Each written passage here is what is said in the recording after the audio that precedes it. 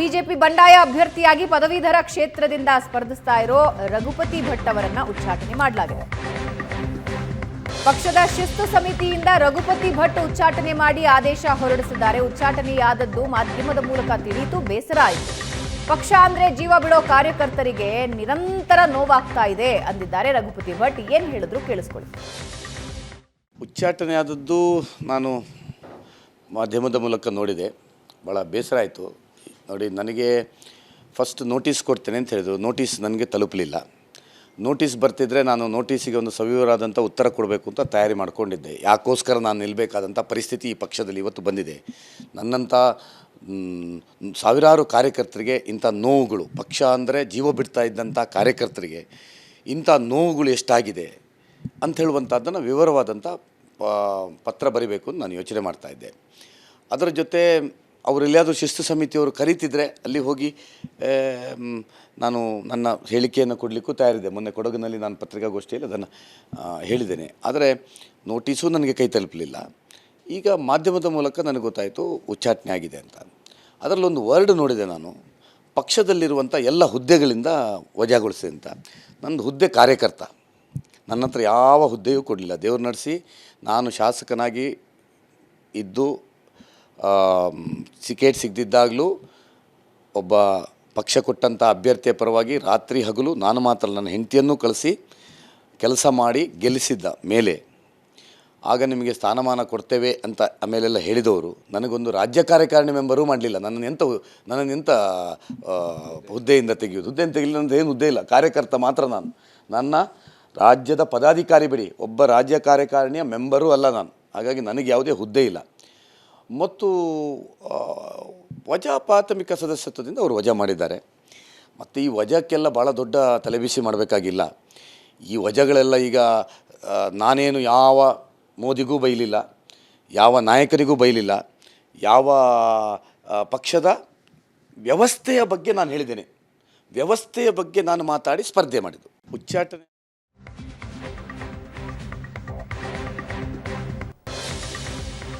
Right. Prashant, Raghupati Bhat, KS Eshwarappa ಉಚ್ಚಾಟನೆ ಮಾಡೋದು ಇಂಥ ನಿರ್ಧಾರಗಳಾಗತ್ವೆ. ಆದರೆ ST ಸೋಮಶೇಖರ್ ಮತ್ತು ಶಿವರಾಮ್ ಹೆಬ್ಬಾರ್ ಅವ್ರ ಬಗ್ಗೆ ಮಾತ್ರ ಪಕ್ಷ ಇದುವರೆಗೆ ಯಾವುದೇ ನಿರ್ಧಾರ ತೆಗೆದುಕೊಂಡಿಲ್ಲ, ತೆಗೆದುಕೊಳ್ತಾರೆ ಅಂತಲೂ ಅನ್ನಿಸ್ತಿಲ್ಲ.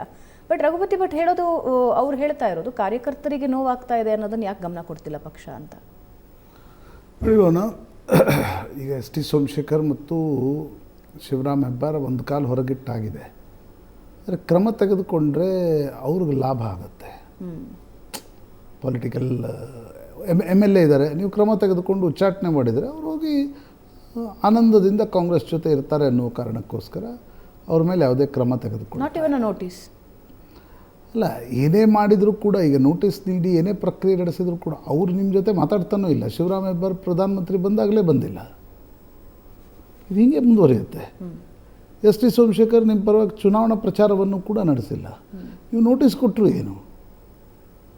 ಅವರು ರಾಜ್ಯಸಭೆ ಚುನಾವಣೆಯಲ್ಲೇ ಒಬ್ಬರು ಅಬ್ಸೆಂಟ್ ಆಗುಳಿದ್ರು, ಇನ್ನೊಬ್ಬರು ನಿಮ್ಮ ವಿರುದ್ಧ ಮತ ಚಲಾಯಿಸಿದರು. ಯಾವುದೇ ಕ್ರಮ ತೆಗೆದುಕೊಳ್ಳಿಕ್ಕೆ ಸಾಧ್ಯ ಆಗ್ತಾಯಿಲ್ಲ. ಒಂದು. ಎರಡನೇದು ನನಗನ್ನಿಸ್ತಾ ಇರತಕ್ಕಂಥದ್ದು, something has gone miserably in Karnataka BJP. ಏನಿರುತ್ತೆ, ಒಂದು ಪೊಲಿಟಿಕಲ್ ಪಾರ್ಟಿ ಇರಲಿ, ಒಂದು ಮನೆ ಇರಲಿ, ಒಂದು ಸಂಘಟನೆ ಇರಲಿ, ಒಂದು ಆರ್ಗನೈಸೇಷನ್ ಇರಲಿ, ಒಂದು ಕಾರ್ಪೊರೇಟ್ ಕಂಪ್ನಿ ಇರಲಿ, series of wrong decisions lead to this kind of ಇದೊಂದು ರೀತಿಯ, ಇದು ರೆಬೆಲ್ ಅಲ್ಲ, ಇದೊಂದು ರೀತಿಯ ಫ್ರೀ ಫಾಲ್ ಬಂಡಾಯಗಳು ನಡೀಲಿಕ್ಕೆ ಸ್ಟಾರ್ಟ್ ಆಗ್ತದೆ. ಅಂದರೆ ಈಗ ಇಬ್ಬರು ವ್ಯಕ್ತಿಗಳಿದ್ದಾರೆ, ಪರಸ್ಪರ ಭಿನ್ನಾಭಿಪ್ರಾಯಗಳಿರ್ಬೋದು, ರಾಜಕಾರಣದಲ್ಲೂ ಇದ್ದೇ ಇರಬೇಕಾಗತ್ತೆ. ಬಟ್ ಪರಸ್ಪರ ಗೌರವವೂ ಇಲ್ಲ, ಪರಸ್ಪರ ಹೆದರಿಕೆಯೂ ಇಲ್ಲ, ಪರಸ್ಪರವಾಗಿರ್ತಕ್ಕಂಥ ಜೊತೆ ಕೆಲಸ ಮಾಡಬೇಕಾಗಿರ್ತಕ್ಕಂಥ ಅನಿವಾರ್ಯತೆ ಇದೆ ಅಂತಕ್ಕಂಥದ್ದು ಇಲ್ಲ. ಏನು ಹೇಳ್ತಾರೆ, ನೇಷನ್ ಫಸ್ಟ್ ಅಂತಕ್ಕಂಥದ್ದು. ಎಲ್ಲಿದೆ ನೇಷನ್ ಫಸ್ಟು? ಅಂದರೆ ನಾನು ಬರೀ ಕಾರ್ಯಕರ್ತರ ದೃಷ್ಟಿಯಿಂದ ಹೇಳಿಲ್ಲ, ಪಾರ್ಟಿ ಡಿಸಿಷನ್ಸ್ಗಳನ್ನು ತೆಗೆದುಕೊಳ್ಳುವಾಗೂ ಕೂಡ ನಿಮ್ಮ ರಾಂಗ್ ಡಿಸಿಷನ್ ನೋಡಿ, ತಪ್ಪು ನಿರ್ಧಾರಗಳನ್ನು ತೆಗೆದುಕೊಳ್ತಾ ಹೋದರೆ ಇನ್ನೊಂದು ತಪ್ಪು ಹೋಗಲಿ ಬಿಡಿ, ಏನು ಭಾಳ ವ್ಯತ್ಯಾಸ ಆಗುತ್ತೆ ಅನ್ನುವ ಮಟ್ಟಕ್ಕೆ ಕರ್ನಾಟಕದ BJPಯ ತಪ್ಪುಗಳು ಬರ್ತಾಯಿವೆ. ಈಗ ಈಶ್ವರಪ್ಪ, ನಿಜಕ್ಕೂ ಈಶ್ವರಪ್ಪನವ್ರ ಬಗ್ಗೆ ರಾಷ್ಟ್ರೀಯ ಪಕ್ಷ ಅಟ್ಲೀಸ್ಟ್ ಕುರುಬ ಸಮುದಾಯದಿಂದ ನಾನೇನು ಅಂದ್ಕೊಂಡಿದ್ದೆ ಅವನು ಕುರುಬ ಸಮುದಾಯದಿಂದ ಬರ್ತಾರೆ ಅನ್ನುವ ಕಾರಣಕ್ಕೋಸ್ಕರ ಆದರೂ ಅವರ ಬಂಡಾಯವನ್ನು ಪ್ಯಾಚಪ್ ಮಾಡ್ತಕ್ಕಂಥ ಪ್ರಯತ್ನ ನಡೆಯುತ್ತೆ. ಅದು ನಡೀಲಿಲ್ಲ. 2023ರಲ್ಲಿ ಕಾಂಟ್ರಾಸ್ಟ್ ನಡೀತು. ಯಡಿಯೂರಪ್ಪನವ್ರನ್ನ ತೆಗೆದ ನಂತರ ಬೊಮ್ಮಾಯಿ ನೇತೃತ್ವ ಅಂತಕ್ಕಂಥದ್ದನ್ನು ಹೇಳಿದಾಗ ಯಡಿಯೂರಪ್ಪನವರು ಬೇಸರಗೊಂಡರು. ಅನೇಕ ಕ್ಯಾಂಡಿಡೇಟ್ಗಳು ಸೋತೋದ್ರು, ಬರೀ ಬೇಸರಗೊಳ್ಳಿಲ್ಲ. ಈಗ ರಘುಪತಿ ಭಟ್ರ ಬಂಡಾಯ ಅದು ಭಾಳ ಒಂದು ಇಂಟ್ರೆಸ್ಟಿಂಗ್ ಆಗಿದೆ. ಕಳೆದ 2 ತಿಂಗಳಲ್ಲಿ ಏನೇನು ಬೆಳವಣಿಗೆ ನಡೆದಿವೆ ಮಂಗಳೂರಲ್ಲಿ. ಆ್ಯಂಡ್ ಈಗ ಪುತ್ತಿಲ ಬಂಡಾಯ ನಡೀತು. ಪುತ್ತಿಲ ಲಾಭ ಕಾಂಗ್ರೆಸ್ಸಿಗಾಯಿತು. ಆದರೆ ಪುತ್ತಿಲ ಮಾಡಿ ತೋರಿಸಿದ್ರು, ಬಂಡಾಯ ಮಾಡಿ ನಾನು ಏನು ಮಾಡ್ಬೋದು ಅಂತ. ರಾಜ ಮರ್ಯಾದೆಯಿಂದ ಪುತ್ತಿಲರನ್ನ ಒಳಗೆ ತೆಗೆದುಕೊಳ್ಬೇಕಾಯಿತು. ನಳಿನ್ ಕಟೀಲು ರಾಜ್ಯಾಧ್ಯಕ್ಷರಾಗಿರ್ತಕ್ಕಂಥವ್ರು ನಿಮ್ಮ ಪಾರ್ಟಿಗೆ 4 ವರ್ಷ, ಅವ್ರಿಗೆ ಟಿಕೆಟ್ ಕೊಡಲ್ಲ ಅಂತಕ್ಕಂಥ ನಿರ್ಣಯವನ್ನು ತೆಗೆದುಕೊಳ್ಳಾಯಿತು. ಟಿಕೆಟ್ ಕೊಡೋದು ಬಿಡೋದು ಒಂದು ಕಡೆ. ಈ ಕರ್ನಾಟಕದ BJPಯ ಬಹುದೊಡ್ಡ ಸಮಸ್ಯೆ ಏನಂದರೆ ಬೇರೆ ಪಾರ್ಟಿಯಲ್ಲಿ ಹಿಂಗೆ ಆಗಲ್ಲ. ಕಾಂಗ್ರೆಸ್ನಲ್ಲಿ ನೀವು ನೋಡಿ, ಇಲ್ಲಿಲ್ವಾ ಇಲ್ಲಿ ಅಕಾಮಿಡೇಟ್ ಮಾಡ್ತೀವಿ, ಇಲ್ವಾ ಮೇಲ್ಗಡೆ ಎಲ್ಲೋ ಒಂದು ಕಡೆ ಒಂದೊಂದು ಪಾರ್ಟಿ ಪೊಸಿಷನ್ಸ್ಗಳನ್ನು ಕೊಡ್ತೀವಿ, ಮಾತಾಡ್ತಾ ಇರ್ತೀವಿ ಜಸ್ಟ್ ಟು ಶೋ ಹೋಪ್. ನೀವು ಹೋಪ್ ಇದ್ದರೆ ಮನುಷ್ಯನಿಗೆ ಬಂಡ ಹೇಳಲ್ಲ. ಇಲ್ಲಿ ಹೋಪ್ ಕಾಣ್ತಾನೆ ಇಲ್ಲ. ಇಲ್ಲೇನಿದೆ, ಇಲ್ಲಿ ರಿಂಗಿಂದ ಔಟ್ ಮಾಡ್ತಕ್ಕಂಥ ಆಟ ನಡೆಯುತ್ತೆ ಇಲ್ಲಿ. ಅಂದರೆ ಈಗ ರಘುಪತಿ ಭಟ್ರಿಗೆ 2023ರಲ್ಲಿ ಟಿಕೆಟ್ ಕೊಡಲಿಲ್ಲ, ರಿಂಗಿಂದ ಔಟ್ ಮುಗೀತು, ಅವ್ರದ್ದು ಮುಗೀತು. ಅಂದರೆ ನಿಮ್ಗೆ ಇನ್ನೂ 60 ತುಂಬಿಲ್ಲ ರೀ. ಅವ್ರ ಪೊಲಿಟಿಕಲ್ ಕರಿಯರ್ಗಳನ್ನು ಮುಗಿಸ್ಬಿಟ್ರೆ ಅವ್ರು ಏನು ಮಾಡಬೇಕು? ಅವರು ಒಂದು ಬಂಡ ಹೇಳಬೇಕು, ಇಲ್ಲಾಂದರೆ ಮನುಷ್ಯ ಏನು ರೀ, ಯಾವುದೇ ರಾಜಕೀಯ ಪಕ್ಷ ಇರಲಿ ಆತ ಜೀವಂತ ಇರ್ಲಿಕ್ಕೆ ಬಯಸ್ತಾನೆ. ಪ್ರಶಾಂತ್, S.T. ಸೋಮಶೇಖರ್ ಆಗಲಿ, ಶಿವರಾಮ್ ಹೆಬ್ಬಾರ್ ಆಗಲಿ ಪಕ್ಷದಿಂದ ಪಕ್ಷಕ್ಕೆ ಹೋಗಿ ಅವರ ಅಂಥ ಫರಕ್ ಆಗೋದು ಇಲ್ಲ. ಆಮೇಲೆ ಅವರ ಇರುವಿಕೆಯಿಂದ ಅಥವಾ ಇಲ್ಲದೆ ಇರೋದರಿಂದ ಪಕ್ಷದ ಕಾರ್ಯಕರ್ತರಿಗೂ ಅಂಥ ಫರಕ್ ಆಗೋದಿಲ್ಲ. ಅವರು ತಮ್ಮ ಕಾರ್ಯಕರ್ತರನ್ನು ಪಡ್ಕೊಂಡಿರೋರು. ಆದರೆ BJPಯ ಒಂದು ನಿಷ್ಠಾವಂತ ಕಾರ್ಯಕರ್ತರು ಇರ್ತಾರೆ. ಅವರಿಗೆ ಯಾರು ಪಕ್ಷಕ್ಕೋಸ್ಕರ ದುಡಿತಿದ್ದಾರೆ, ರೂಟ್ ಲೆವೆಲಲ್ಲಿ ಯಾರು ಕೆಲಸ ಮಾಡ್ತಿದ್ದಾರೆ, ಅವರಿಗೂ ಸ್ಥಾನಗಳು ಸಿಗದೇ ಇದ್ದಾಗ that will send a strong message. ಅದು ಆಟ ನಡೀತಾ ಇರೋದೇ ನೀವು ರಿಂಗಿಂದ ಔಟ್ ಮಾಡ್ತಾ ಇರೋ ಕಾರಣಕ್ಕೋಸ್ಕರ. ನೀವು ಎಲ್ಲೋ ಒಂದು ಪೊಲಿಟಿಕಲ್ ಪ್ರೊಸೆಸ್ನಲ್ಲಿ ಅವರನ್ನು ಈಗ ಅರವಿಂದ್ ಲಿಂಬಾವಳಿ ABVP ಕಾಲದಿಂದ ಎಲ್ಲಿದ್ದರು, ಏನೋ ಒಂದು ತಪ್ಪುಗಳು ನಡೆದ್ವಲ್ವಾ, ನಂತರ ಎಲ್ಲೋ ಅಕಾಮಿಡೇಟ್ ಮಾಡಬೇಕಲ್ವಾ.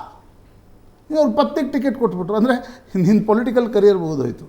ರಾಮದಾಸ್ ಕಾಶಿಗೆ ಹೋಗಿ ಎಲ್ಲೋ ಚುನಾವಣಾ ಪ್ರಚಾರ ಮಾಡ್ತಿದ್ದಾರೆ. ಇಲ್ಲಿ ಕರ್ನಾಟಕದಲ್ಲಿ ಏನು ಪ್ರಸ್ತುತತೆ ಇದೆ? ಟಿಕೆಟ್ ತಪ್ಪಿಸ್ಬಿಟ್ರು, ಹೊಸ MLA ಬಂತು. ಹೊಸವರನ್ನು ತರಬಾರದು ಇದರ ಅರ್ಥ ಅಲ್ಲ. ತಂದಾಗ ಹಳಬನನ್ನು ಎಲ್ಲಿ ಅಕಾಮಿಡೇಟ್. ಈ ಯಾಕೆ ಬಂಡಾಯದ ಸಂಗತಿಗಳು ಜಾಸ್ತಿ ಆಗ್ತಾಯಿವೆ? ಯಾಕೆ ಈಶ್ವರಪ್ಪನವ್ರು ಬಂಡಾಯ ಇದ್ದರು? 23ಕ್ಕೆ ಟಿಕೆಟ್ ಕೊಡಲಿಲ್ಲ, 24ಕ್ಕೆ ಮಗನಿಗೆ ಕೊಡದೇ ಇದ್ದಾಗ ಎಲ್ಲಿ ಅಕಾಮಿಡೇಟ್ ಮಾಡ್ತೀವಿ ಅಂತಕ್ಕಂಥದ್ದನ್ನು ಕುಳಿತು ಮಾತಾಡಬೇಕಲ್ಲ. ಯಾರು ಪಕ್ಷದಿಂದ ಆಚೆ ಹೋಗಿದ್ದಾರೆ ಅವ್ರನ್ನ ವಾಪಸ್ ಕರೆಸ್ಕೊಳ್ಳೋದಕ್ಕೆ ಸಾಹಸ ಪಡ್ತಾ ಇದ್ದಾರೆ. ಕೂಡ ಕುಳಿತು ಮಾತನಾಡಿ ರಮಿಸಿ ಟೈಮೇ ಇಲ್ಲ ಅವ್ರ ಹತ್ರ. ಅವ್ರಿಗೆ ಒಂದಾದ್ಮೇಲೆ ಒಂದು ಚುನಾವಣೆಗಳನ್ನು ಗೆಲ್ಲಬೇಕು. ಕರ್ನಾಟಕದಲ್ಲಿ ಆ ರೀತಿಯ ನಾಯಕತ್ವ ಇಲ್ಲ. ಆ್ಯಂಡ್ ಇವಾಗ ಶೆಟ್ಟರ್ನ ವಾಪಸ್ ಕರೆಸ್ಕೊಂಡ್ರು. ನಾಳೆ ಲಕ್ಷ್ಮಣ್ ಸವದಿ ವಾಪಸ್ ಬರ್ತೀನಿ ಅಂದರೂ ಕೂಡ ರೆಡ್ ಕಾರ್ಪೆಟ್ ಹಾಕಿ ಕರೆಸ್ಕೊಳ್ತಾರೆ. ನೀವು ಕರೆಸ್ಕೊಳ್ಳೋದು ಬಿಡೋದು ನಿಮ್ಮ ಪಾರ್ಟಿಗೆ ಸಂಬಂಧಪಟ್ಟಿರ್ತಕ್ಕಂಥ ವಿಚಾರ. What message you are giving? ಯಾಕೆ ರಘುಪತಿ ಭಟ್ರು ಬಂಡಾಯ ಹೇಳ್ತಾ ಇದ್ದಾರೆ ಉಡುಪಿ ಅಂತ? It sends a clear message. ಬಂಡಾಯ ಎದ್ದ ಆಚೆ ಹೋಗಿ ನಾನು ವಾಪಸ್ ಬರ್ತೀನಿ ಅಂದರೆ ನನಗಿಲ್ಲಿ ಯಾರಿಗೆ ಮೋಸ ಆಯಿತು? ಪಕ್ಷದಿಂದ ಆಚೆ ಹೋದವರಿಗೆ. ಆದರೆ ಪಕ್ಷದ ಧ್ವಜ ನಾನು ಸತ್ತಾಗ ನನ್ನ ಮೈ ಮೇಲೆ ಇರಲಿ ಅಂತ ರಘುಪತಿ ಭಟ್ ಹೇಳಿದ್ರು. ಏನು ಸಿಕ್ತು ಅವರಿಗೀಗ? ಅದೇ ಕಾರಣದಿಂದ ಜನ ಬಂಡಾಯ. ಈಶ್ವರಪ್ಪ ಅವರು ಹೇಳಿದ ತಕ್ಷಣ ನಾನು ಚುನಾವಣಾ ರಾಜಕೀಯದಿಂದ ಆಚೆ ಬರ್ತೀನಿ ಅಂತ ಹೇಳಿದ್ರು. ಅವರಿಗೆ ಈಗ ರಘುಪತಿ ಭಟ್ರು ಯಾಕೆ ಬಂಡಾಯ ಎದ್ದಿದ್ದಾರೆ? ನನಗನ್ಸುತ್ತೆ ರಘುಪತಿ ಭಟ್ರ ಬಂಡಾಯಕ್ಕೆ ಮುಖ್ಯ ಕಾರಣ ಉಡುಪಿ ಮಂಗಳೂರಿನ ಶಾಸಕರ ಬೆಂಬಲ ಅವರಿಗಿದೆ. ಯಾಕಂದರೆ ಈ ನಳಿನ್ ಕಟೀಲ್ ಟಿಕೆಟ್ ಚೇಂಜ್ ಆಯ್ತಲ್ಲ, ಆವಾಗ ಎಲ್ಲ ಶಾಸಕರನ್ನು ವಿಶ್ವಾಸಕ್ಕೆ ತೆಗೆದುಕೊಂಡು ಆ ಟಿಕೆಟನ್ನು ಉಡುಪಿಯ ಟಿಕೆಟ್ಗಳ ಬದಲಾವಣೆ ಆದಾಗಲೂ ಕೂಡ ಯಾರನ್ನೂ ವಿಶ್ವಾಸಕ್ಕೆ ತೆಗೆದುಕೊಂಡಿರಲಿಲ್ಲ. ಈ ಕರ್ನಾಟಕದ BJPಯ ಬಹುದೊಡ್ಡ ಸಮಸ್ಯೆ ಅಂದರೆ ಇದು ಬೇರೆ ಪೊಲಿಟಿಕಲ್ ಪಾರ್ಟಿಯಲ್ಲಿ ಆಗಲ್ಲ. ಕಾಂಗ್ರೆಸ್ನಲ್ಲೇ ಸಿದ್ದರಾಮಯ್ಯ ಮನಸ್ಸಿಗೆ ಬಂದಿದ್ದು ಇವ್ರನ್ನ ತೆಗೆದುಬಿಡಿ ಅಂತ ತೆಗೆಯಲ್ಲ, ಹೈಕಮಾಂಡ್ ಇದೆ. ಅಲ್ಲಿ ಅವ್ರು ಬಂದು ಕುಳಿತುಕೊಂಡು ಇವ್ರಿಗೇನು ಎಲ್ಲರನ್ನ ಏನು ಪೊಲಿಟಿಕಲ್ ಪ್ರೊಸೆಸ್ ಅಂದರೆ ಎಲ್ಲರನ್ನ ಅಕಾಮಿಡೇಟ್ ಮಾಡ್ತಾ ಹೋಗ್ಬೇಕಾದ್ರೆ. ಇದರಲ್ಲಿ ಹೈಕಮಾಂಡ್ನ ತಪ್ಪು ಇದೆ. ಟೈಮ್ ಇಲ್ಲ ಹೈಕಮಾಂಡ್ ಬಳಿ, ಯಾವುದಕ್ಕೂ ಟೈಮ್ ಇಲ್ಲ. ರಘುಪತಿ ಭಟ್ರ ಬಂಡಾಯನೇ ನನಗನ್ಸುತ್ತೆ. ನೋಡಿ ಅದು ಟೈಮಿಂಗ್ ಹೆಂಗಿದೆ.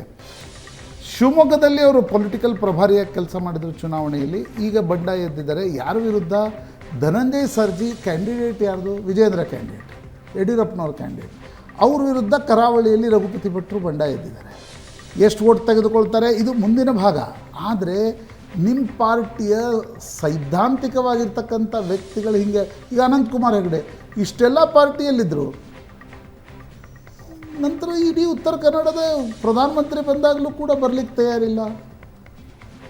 ಅಂದರೆ ನಿಮ್ಮ ಸಂಬಂಧಗಳು ಶಿಥಿಲ ಆದಾಗ, one decision people will adjust, but ನಿಮ್ಮ ಕಮ್ಯುನಿಕೇಷನ್ನೇ ಇಲ್ಲ, ಸಂಬಂಧಗಳು ಮುರಿದು ಬಿದ್ದು ಹೋದಾಗ, ಕಮ್ಯುನಿಕೇಷನ್ ಮುರಿದು ಬಿದ್ದು ಹೋದಾಗ ಈ ರೀತಿಯ ಬಂಡಾಯಗಳು ಶುರು ಆಗ್ತವೆ. ಆ್ಯಂಡ್ ಇದು ಮತ್ತಷ್ಟು ಶಿಥಿಲ ಮಾಡ್ತಾ ಹೋಗುತ್ತೆ. ಐ ಥಿಂಕ್ ಇದರ್ ಹೈಕಮಾಂಡ್ ಸ್ಟ್ರಾಂಗ್ ಆಗಬೇಕು, ಇಲ್ಲ ರಾಜ್ಯದ ನಾಯಕರು ಒಗ್ಗಟ್ಟು ಪ್ರದರ್ಶನ ಆಗಬೇಕು. ನೀವೊಂದು ಕುಟುಂಬದಂತೆ ಕೆಲಸ ಮಾಡುವಾಗ 19-20 ಸಹಿಸ್ಕೋತಾರೆ ಮನುಷ್ಯ. ನೀವು ಕುಟುಂಬದಂತೆ ಅಲ್ಲ, ಒಂದು ರೀತಿ ರೋಬೋಟ್ ರೀತಿ ನಾವು ಸಂಘಟನೆಗಳನ್ನು ನಡೆಸ್ತೀವಿ ಅಂತಂದಾಗ ಅದು ಹಂಗೆ ವರ್ಕ್ ಆಗಲ್ಲ.